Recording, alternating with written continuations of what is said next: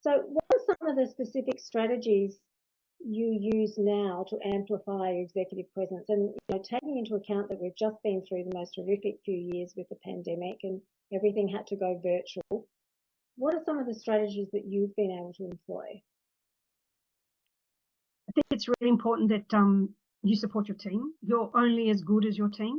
So if your team thinks that you're valuable and you're the executive and the decision maker, but you also empower them to be able to make decisions and only come to you when they need to, I think that's super important. And I did that by making sure that, well, for the first 12 months, because we were in lockdown so much and so long, for the first 12 months, I think I met with my team every single morning online to check in, have some fun, see if everyone was okay, and make sure they felt supported, and checking in with everyone's mental health, because that was super important as well.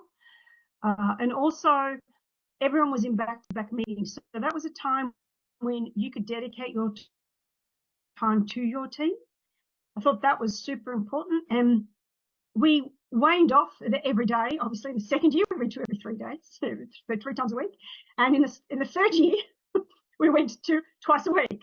And the team thought that was really good because it was a time for us to have a laugh, catch up with each other, check on each other, see that what was going right, what was going wrong, what we needed to focus on.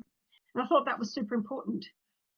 When it came to general day-to-day things, I had to become a little more critical about which things I would actually address, because there was only so many hours in the day, and also everyone wanted a Zoom meeting or a Teams meeting or a Chime meeting or whatever the platform was, and it was back-to-back meetings to the point where you weren't getting any work done. You were just in meetings, and that became really important for me to block out times for me to check in with my team, check in with my work, and get it done.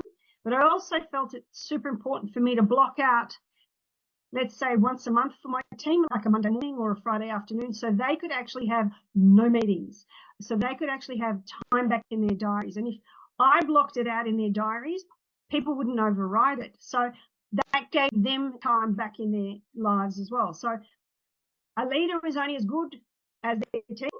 Their team makes them look good. And my job is for them to look good and for them to help me look good. So we got on the front foot that way. And I think that had a lot to do with the mental health of my team and the resilience of my team.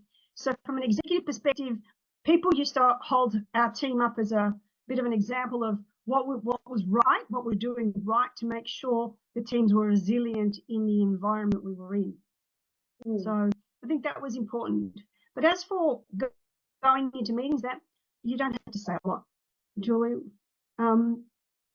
You just need to make sure that you value add and you ask the right questions. And I think as an executive, that's our job, to ask the right questions and to add value where we can.